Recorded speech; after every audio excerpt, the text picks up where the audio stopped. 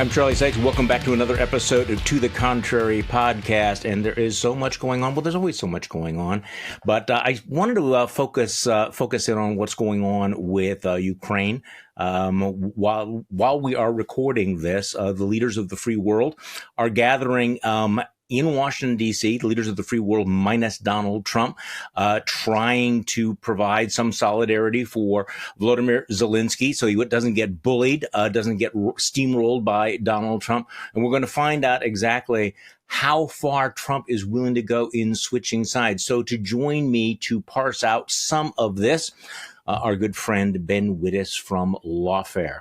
Thanks for joining me, Ben. I appreciate it. Hey, Charlie. It's great to see you.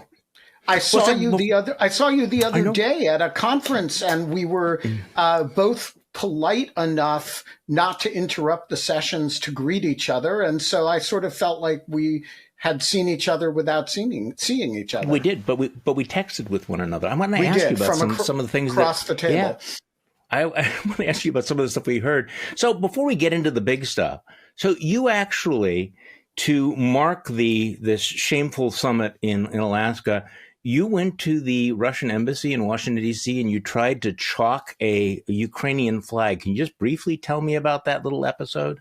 Yeah, so I found this very upsetting, to be honest. I joke about these protests a lot, and but this one actually really bothered me. So a year ago, I had decided to chalk a Ukrainian flag on the sidewalk in front of the Russian embassy. I was pretty sure it was entirely legal. And but my relationship with the Secret Service, which protects embassies, is good enough that I thought I would walk them through it and make sure they didn't have any problem with what I was going to do, because the embassy is, they have to protect the embassy. It's a tough job, and I didn't want to make their lives any more difficult. So there's actually video of me walking a Secret Service officer through exactly what I intended to do. And I believe his exact words were, as long as it's all chalk, and so I did this under the watchful eye of the Secret Service. And I think my view was it's kind of like a kindergartner drawing a hopscotch thing on the sidewalk. How could anybody think it was illegal? And the Secret Service didn't. Well, that was last year. This is Trump's America, and federal law enforcement is now policing the DC streets. And so when I went back to do it this time, I figured, well, I'm fine with this because I know they've vetted this operation specifically. I've talked to them about it. I don't need a permit. I'm just going to go do it. So I started doing it. I was live streaming it on my Substack. And I even had a Ukrainian translator for the occasion. And all of a sudden, 5 Secret Service vehicles show up with lights flashing. 5 vehicles. At least 5. Yeah. Okay. I mean, it was, and a fire engine, with, in case there were, and it turns out that the Russians or somebody had called in my chalk as lighter fluid and were complaining to the Secret Service that I was pouring lighter fluid. And the Secret Service said, well, the containers look like they could be lighter fluid. And so you can watch all this on I posted the whole video of it. So it took them a good long time to verify. First of all, they had to verify that it was in fact an inert substance, which is to say chalk. Secondly, that, I was who I said I was, and that I have no outstanding warrants, and that my partner in what turned out to be, according to the Secret Service, crime had no outstanding warrants. And so it takes about half an hour, and then during which the Russians were complaining about a whole bunch of other things. They claimed we had spray painted something on the visitors' entrance, which was completely false. They claimed that there was something improper about a camera that I had installed across the street on private property with the permission of the landowner. That was completely false. So finally, we get down to the fact that all I was doing was spreading chalk. And the Secret Service, to my surprise, took the position that this was defacement of a public sidewalk. And defacement of public property is a misdemeanor under a DC municipal statute ordinance. And they asked me to stop and made clear that if I didn't, they would enforce the law. So we desisted, and I went home having painted only a small Ukrainian flag when I meant to do a big one, and with a lot of unused chalk in my trunk. It'll come in handy. It'll come in handy. And very worried about all the kindergartners around the city who don't even know they are criminals when they draw in sidewalk chalk on the sidewalk. And so that is the story. I wish it had a happy ending, but it does not. And then, by the way, when I came back an hour later, or 2 hours later, somebody, I can't imagine who, had hosed away the flag that was there. What a surprise. So it is illegal for me to draw in sidewalk chalk, but it is not illegal for the Russians to hose down the sidewalk and wipe away the sidewalk chalk. So this seems like a perfect segue, America in 2025, to what happened on Saturday. Now, by the way, shortly before we began taping this, I noticed that Volodymyr Zelensky landed in Washington, D.C., and he was not greeted with a red carpet or with an applauding Donald Trump. He did not get that. And also, even though the White House apparently had told him that he needed to wear a suit today, he did not wear a suit, which I thought was a good omen. But let's go back to Saturday, okay? So you probably saw this. Boris Johnson, former British Prime Minister, Foreign Secretary, Boris Johnson, wrote, "Well, that was just about the most vomit-inducing episode in all the tawdry history of international diplomacy." Now, the man has many flaws, but he understood the historical context of what we saw. So what was your reaction watching this bizarre, humiliating, no-deal summit in Anchorage? Well, I made a point of not watching it, and because I thought that my capacity for holding down my food might be tested by it. And I actually find it really humiliating as an American to be put in that position of being represented by somebody who is, sucking the intestines out, these contents of the intestines of not just a dictator, but a premeditated mass murderer of that scale. Look, there is no reason for Trump to be meeting with Vladimir Putin at all. 2 weeks ago, Putin, the position of the United States was either there needs to be a ceasefire or we're going to impose secondary sanctions on Russian oil, right?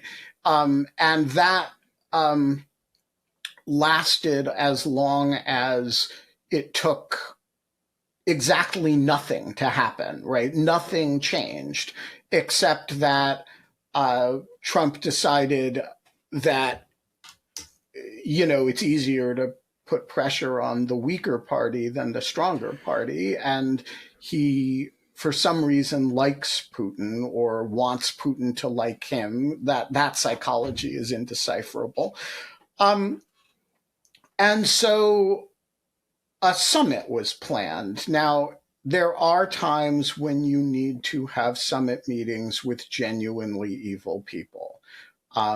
Mao was a mass murderer of the highest degree, and we think of it as a good thing that the Nixon administration opened the United States to China. And that did involve a certain amount of palling around, right? And of course, Roosevelt had meetings with Stalin, right?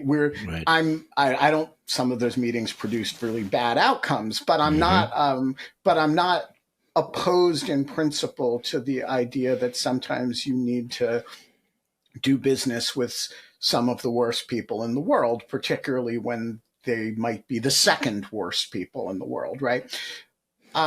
You never, ever, ever need to prostrate yourself before them. You never need to prostrate America before them. You never need to, you always need to think seriously about whether this is something we should be doing, whether you're giving them legitimacy. And in this case, what Putin gave was nothing. Absolutely nothing. There is literally no identifiable change in position on the part of the Russians. There is a dramatic change in position on the part of the United States. And, I spent the weekend with a lot of Ukrainians because that's one of the things I do these days. And there is that is something that Americans who are unsure about this policy of appeasement is even a generous word for it. It actually, Neville Chamberlain's appeasement policy actually was a coherent theory. One that turned out to be disastrously wrong, but there was a theory there. There is no theory. The theory is, well, if I'm very nice to Putin and give him everything he wants, maybe he'll like me, and I don't care what happens to Ukraine. I think that's true. And so I urge Americans irrespective of this, to spend a little bit of time talking to Ukrainians, just because the damage we are doing to people's understanding of what the United States is, what it stands for, what our international posture is really, it is a no joke sea change in the way an entire generation is going to understand the United States. And we are going to be paying for this for 50 years. I agree strongly. Well, let's break this down. What happened on Saturday? There were the optics and the substance, and we'll get to the substance in a moment. Oh, I'm sorry, on Friday. This is the problem. You and I were at this conference. I'm totally disoriented in terms of timing. Okay, so on Friday, the optics of rolling out the red carpet for Vladimir Putin, who flew to Alaska in part because he wouldn't have to go into the airspace of another country that might have actually enforced the arrest warrant, the international arrest warrant for him being a war criminal. So he didn't fly over anyone else's airspace. In many other jurisdictions in the free world, he might have been arrested upon landing. Instead, the president of the United States greets him. He gets a hero's welcome. There's the back patting, there's the laughing, there's the joking.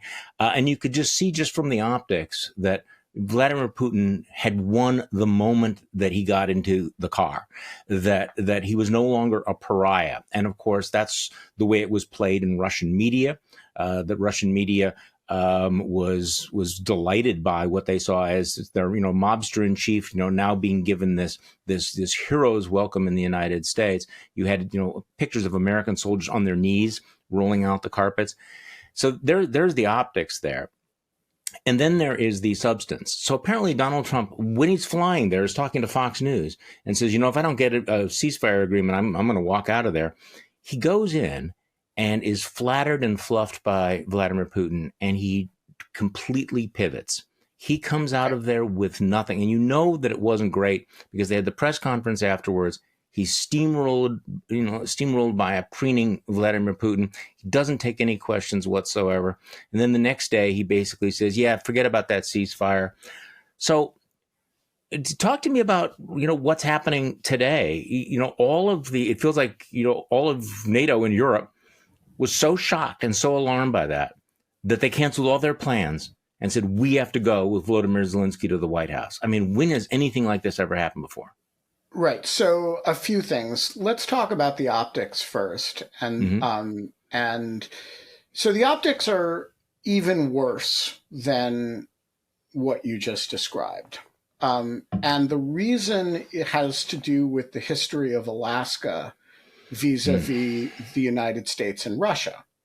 So the word Alaska comes from the Russian word Alyaska, which was the name of the province when it was part of the Russian Empire. It was purchased by Secretary of State William Seward, who was, of course, most famous for having... Seward's Folly. It was called Seward's Folly. Seward was Abraham Lincoln's Secretary of State and famously said when Lincoln died, now he is for the ages, right? There's two things that William Seward is known for. Also, he was one of the most prominent Republicans of his time and clearly thought he was going to be the presidential nomination, not this huckster Abraham Lincoln, but becomes Lincoln's most loyal and important non-military member of his cabinet. So William Seward is a serious guy. He is. There's a park on Capitol Hill named Seward Square that I happened to walk through with some Ukrainians while this was happening by coincidence. Every Russian knows that Alaska used to be part of Russia. And so Russians know. We don't. We forget. We forget, but Ukrainians know, and Russians know. And so there are big billboards in Russia that say, Alyaska is ours, Alyaska nasha.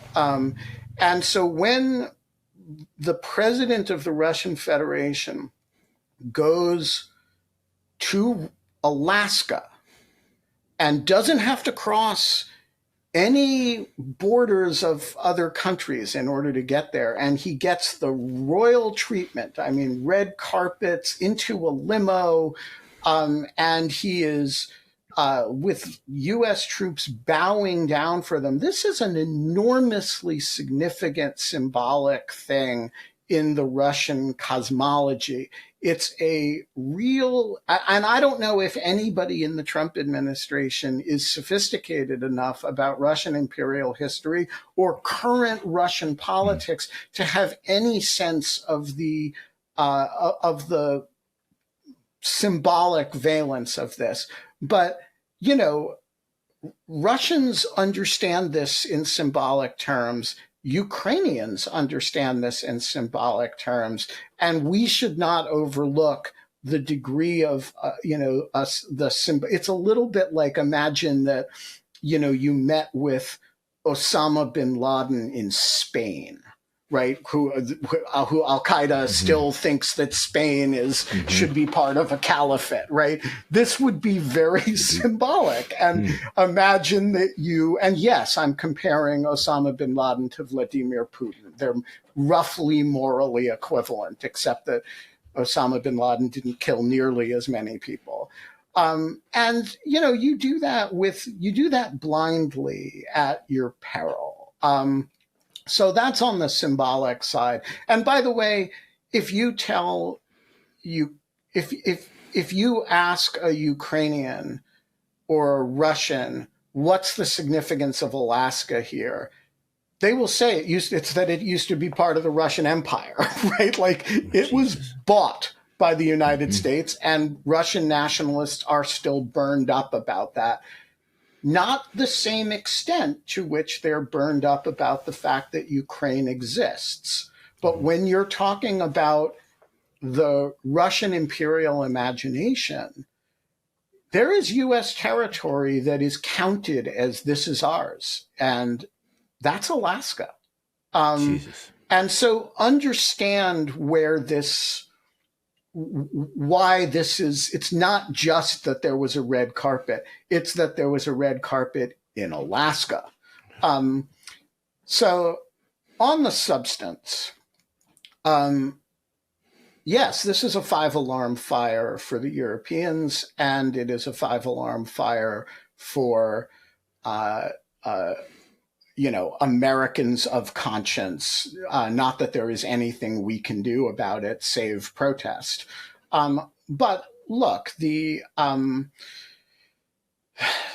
American position up until now, even under Trump, has always been in lockstep with the Ukrainian position on the need for an immediate ceasefire. So first you get a ceasefire, and then I mean, Trump has said some terrible things about, there may have to be land swaps. He's, Right. he's made stupid comments, bad comments about, what the basis for a deal could be.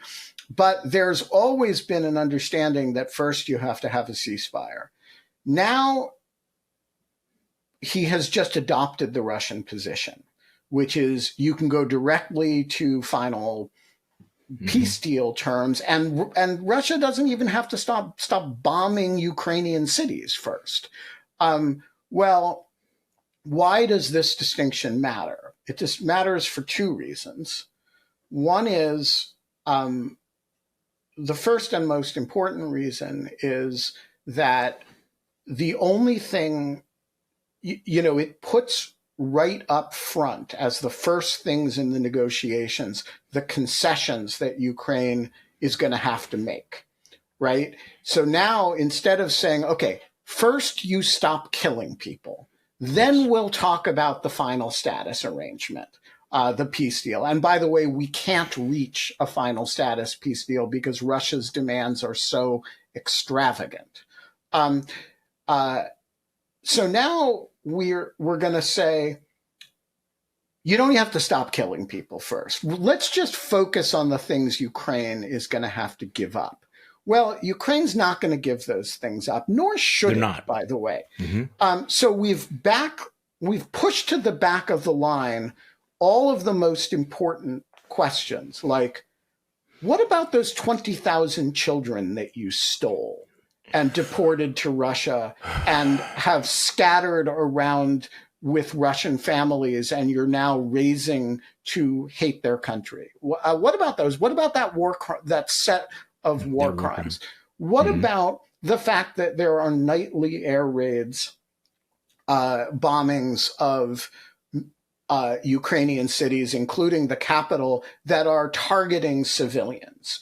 What about the fact that there is a front line that you have no entitlement to have troops in the country at all? So the entire front line is an act of aggression. We're not going to talk about any of those things first. You can keep killing civilians. You can keep killing, deporting children, stealing children. You can keep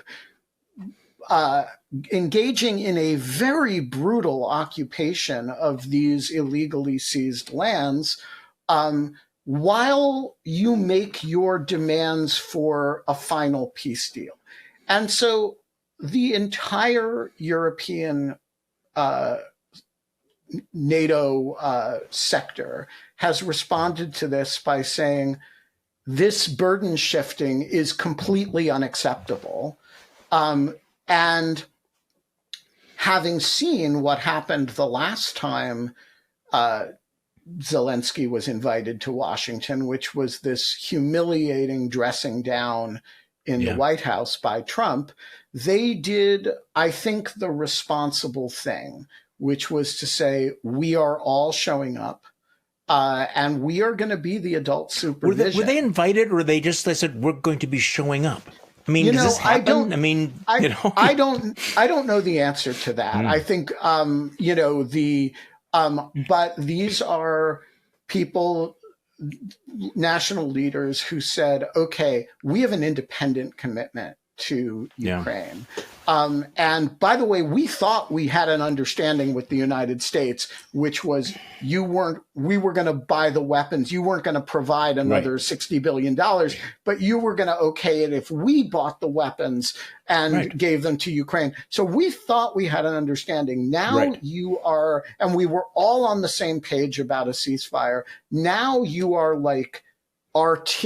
You're just shilling the Russian position, and we're going to come and be the united front. And so that is what is happening now. And, yet they'll all have to go out. And by the way, by the time people hear this, we'll have known what have happened. I'm guessing that there will be a lot of, ego stroking and praise of Trump, because what else are you going to do? Otherwise you infuriate him. But Your bottom line is that Ukraine and Europe will not agree to the massive land swap that Vladimir Putin has proposed, and It's not a apparently Donald land Trump has swap. endorsed. Okay, I'm sorry. That was a terrible That's use of words. it's a land swap. Yeah. The way the U.S. conquest of Wisconsin was a Yeah. land Yeah. swap, right? Swap requires going both ways. It's not going to Exactly. happen, right? So, yeah, this is this massive concession. So that's not going to happen. You're saying there's no way that Zelensky's going to agree to that. No way that Europe is going to say, yeah, give the Donbass away. Correct. And so the question is whether Trump will now be dug in on this idea that it's perfectly reasonable to discuss all this stuff before there's a ceasefire, or whether there will be a breach of between, a breach that lasts more than 2 or 3 days between the Ukrainian position and the U.S. position. Ukraine has made some mistakes in its dealings with the United States. I think most Ukrainians think the last Oval Office meeting reflected, a less than deft handling of our president by Zelensky. That said, there's no doubt in anybody's reasonable minds that Zelensky was the victim there. Yeah, and right. I think the Ukrainians have been very skillful over the last 6 months in making sure that there is zero public daylight between the United States position and the Ukrainian position. And that was an important success. They got the minerals deal done on terms that were bad but not terrible. And then they got the U.S. to back this ceasefire first position, which they've always been aligned on. And they maneuvered Putin very skillfully into being the bad guy, even in the eyes of Donald Trump. And that was the state of play until about a week and a half ago. And now, as all things with Donald Trump, it has fallen apart. Yeah. Okay. So let me just before we move on to something else, since obviously there's a lot going on, even as you and I are speaking here. This should be a footnote to the whole thing, but I'm not sure that it's just a footnote, is that apparently one of the things that Vladimir Putin did to soften up Donald Trump and to manipulate him was to go, to go to his favorite subject, to play to Donald Trump's obsession about the 2020 election. And so there you have. And it worked. One of the world's greatest, figures of election integrity, right? Vladimir Putin, who has destroyed democracy in his own country and is notorious. He's telling Donald Trump, no, you won big. You won big. It was fraudulent. You should eliminate mail-in voting. Mail-in voting is terrible. At least that's what Trump is now saying afterwards. So what does Trump do? First of all, he's flattered. He's repeating what Putin said. Obviously, it worked, as you point out. And then Monday morning, he puts out a Truth Social tweet that he's going to lead the campaign to abolish mail-in voting in the United States. So not only did Vladimir Putin, manage to soft soak Donald Trump, suck up to him in that particular way or manipulate him. Now Trump is in effect taking a cue from Vladimir Putin about how to run elections. I mean, for fuck's sake, man. I mean, I feel. Yeah, I mean, look, this part of it isn't new. Trump has long talked about the Russia investigation as though it were this injustice that he and Putin had gone through together. And it's definitely one of the things that bonds them, or at least bonds Trump to Putin. I don't think Putin actually does bonds.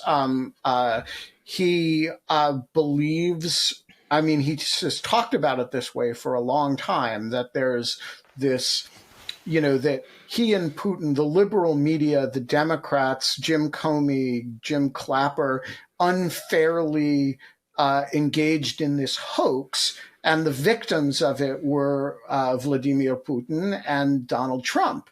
They share the pain with one another. And they share this pain. And Putin co-victims. has learned to manipulate that. And, not that would take a lot of learning, but like Putin, whatever else he may be, he's not stupid, unlike Trump.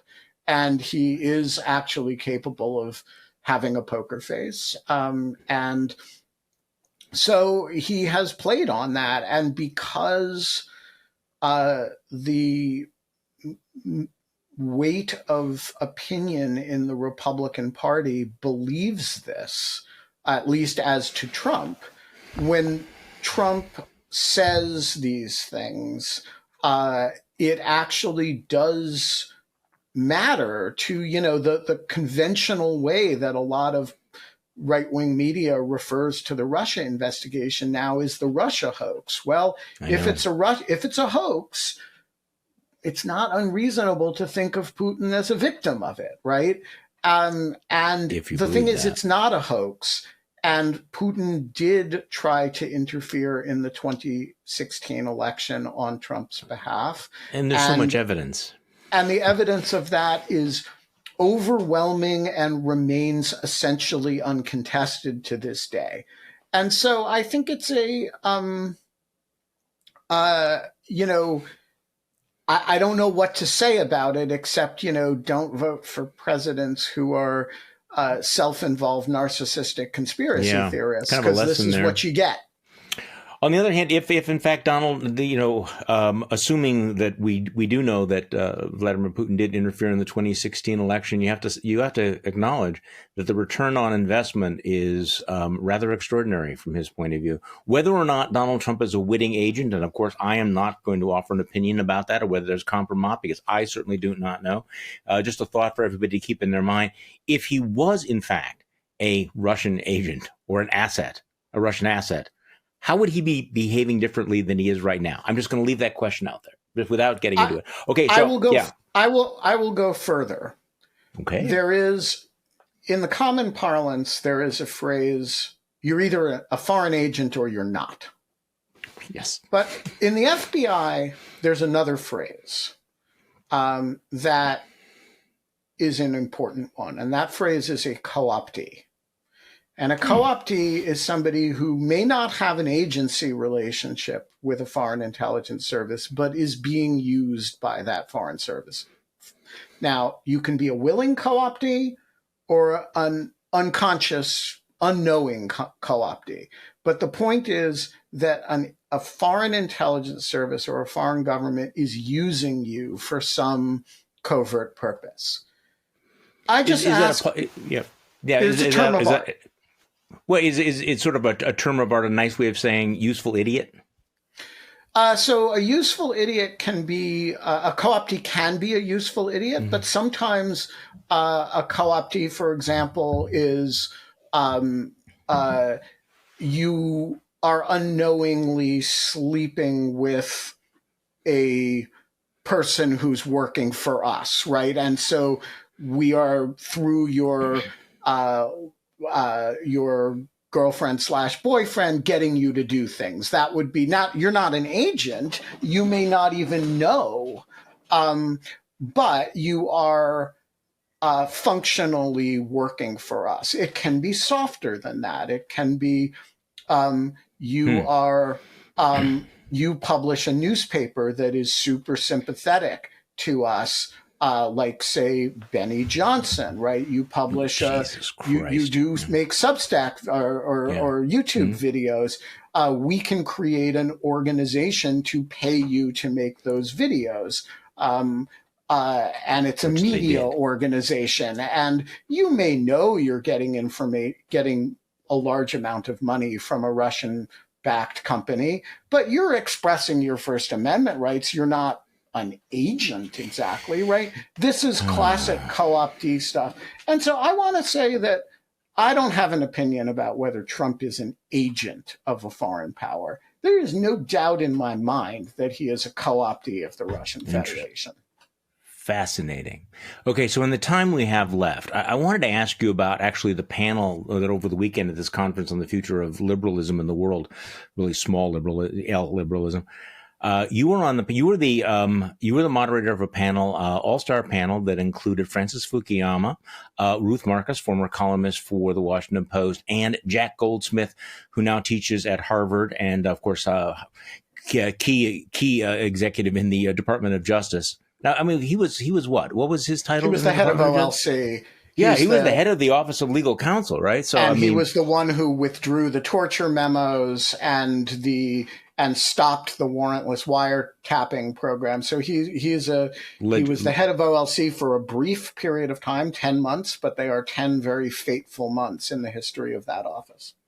Okay, so there was a moment, and I wanted to get your reaction to this, where the question, came, how badly damaged has the Department of Justice been? We all read about this. We know what Pam Bondi has done. We know about the purges. We know about the various threats. And so just talk to me a little bit about, this question came up. And the thing about Jack Goldsmith that's always struck me is that he's very careful. And he's very moderate in his positions and the way that he phrases things. But when he was asked that question, you do. All right. So let me tell you the story as I remember it. I have not reviewed videotape of it yet. I don't think it's available yet. But you tell me if your memory is consistent with mine. So the two pieces of background that you need for this story is that first, Ruth is somewhat to my left. I am, Ruth is more liberal than I am. We worked together for a long time on the Washington Post editorial page. We're quite close, but she has a more alarmed view of a lot of things right now. Well, I'm very alarmed too, but than I do. The second is that Jack is is better sourced in the Justice Department than any journalist, and the reason is that an enormous number of people in the Justice Department trained at Harvard Law School under Jack. And so you have a lot of people, particularly in the national security space, the separation of powers space, the foreign relations law space, who are former students of Jack. And he knows things, not merely that are happening there, that are far beyond what journalists are able to access. And so in one of the final questions of the panel, I laid out what I thought was a provocation, which was that, and I stated it, I thought, intentionally in active, in sort of alarmed terms, which is that the situation at the Justice Department is much, much worse than has become public. That particularly in the FBI, the damage is extreme.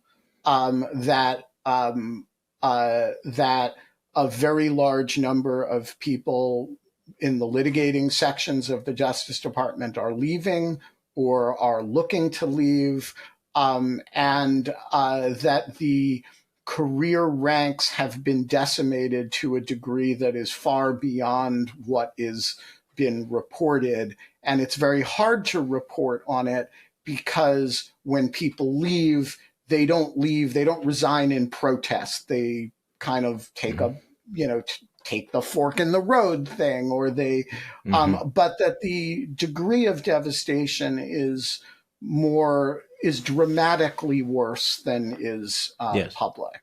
And I asked Ruth, so Ruth, who has just finished a Pam Bondi profile for the New Yorker, am I overstating this? Right. And Ruth's response was, no, you're radically understating it. And she went into a fairly extensive account of the degree of devastation that she had run across in reporting this piece.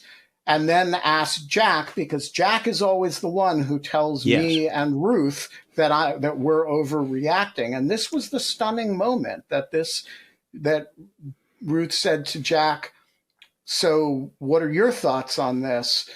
And Jack's response is, no, Ruth, you are radically understating it. And then Jack went into a description from his point of view, and his point of view is much less alarmed as a general matter than Ruth and I are, and he's a much more careful to avoid hyperbole. He doesn't do rhetoric, and he often tells Ruth and me, "Oh, calm down," blah blah blah. Yes. Right, and his account was not merely am I understating it, which was Ruth's point, but that Ruth is understating it. And this is probably one of the 5 or 6 best sourced people in the, with respect to the Justice Department career ranks, because he's one of the small number of people who has, it's got to be 100 former students in the Justice Department. And so I actually found it an arresting exchange. It was startling. I was in the audience, and I was startled because, as you say, this is not someone given to hyperbole. This is somebody who had just gone through, talking about the Supreme Court. It's not nearly as bad as you think it is. And he lays it out. And so when he basically said, no, actually, they've dropped a nuclear bomb on the Justice Department, coming from him, it was a genuinely startling moment. And I am used to being told by Jack that I'm overreacting to things. Yes. And he's one of the few people who I allow in my life to make these arguments to me, because most people do it from an anti-anti point of view. When people tell me I'm overreacting to things, I often have the reaction, actually, no, you're underreacting. And I have this visceral response to that. Jack and I are extremely close. We've been close friends. He founded Lawfare with me. We've been close friends and colleagues for 20 years. He is extremely analytically rigorous. And when he tells me I'm overreacting to something, I take that seriously. Yeah. I don't necessarily agree with it, but I always take the time to go through his arguments. And to have him say that Ruth, who is generally more alarmed than I am, is underreacting to this, was a jarring moment. And just one of many over the last several days. Okay, we only have a few minutes left, but we would be remiss if we didn't talk about the fact that there are troops patrolling the streets of Washington, D.C., that the president has not only ordered the National Guard onto the streets, but now red state governors are sending National Guards troops to your city. Your thoughts on all of that? Because I feel that it feels like it's almost become now normalized to militarize law enforcement, and that this is just a precursor of something that we are going to see a great deal of over the next several months, years. Troops in New York and Chicago, more in Los Angeles. What are your thoughts? I will say 3 things about this. The first is, don't confuse National Guard and other federal law enforcement agencies with ICE. Okay. These are not people who are out there willingly. These are people who signed up to be members of the National Guard to deal with things like natural disasters, right? Real civil unrest like January 6th. And they have been this is an abuse of them by the president, and it is not their fault. I feel the same way about DEA agents, about FBI agents who've been given tasers. Yes. FBI agents should never be carrying tasers and have been sent out for street patrol. If you see them doing something inappropriate, film it. It is abominable that they're there, but it is not their fault. And so if they are doing something inappropriate, film it, put it out there. If they are just doing their jobs, the problem is with policymakers, not with these individual agents or these individual National Guardsmen, Fair. particularly not the National Guardsmen who, can't just resign. I feel differently about ICE. ICE has been very aggressive in Washington and has been,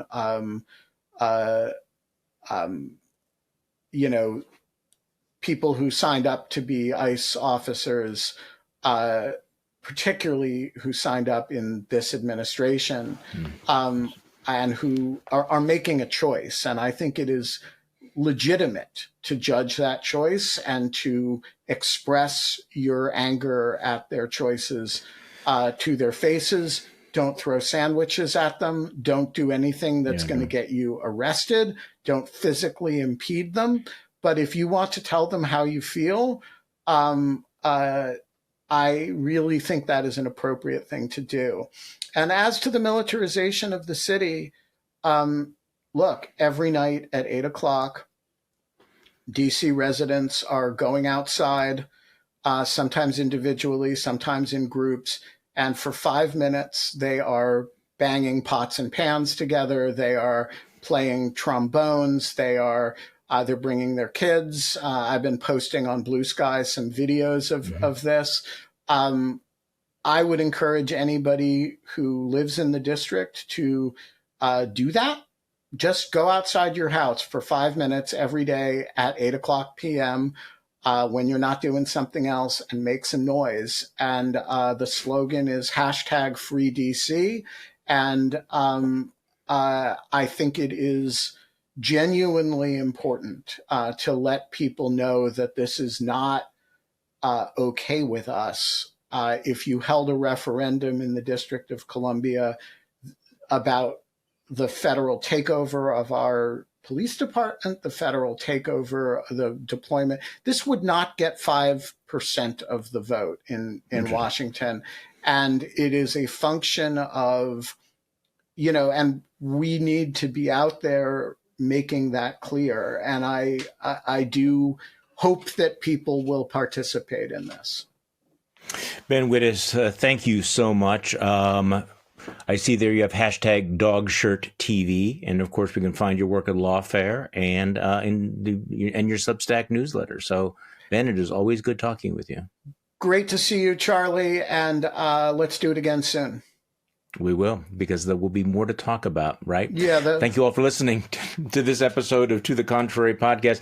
There's always more to talk about because we need to keep reminding ourselves that you can bleep this out. Can I amend your slogan? Yes, please. We are not the crazy ones, and the motherfuckers keep motherfucking. Yes. Thank you all.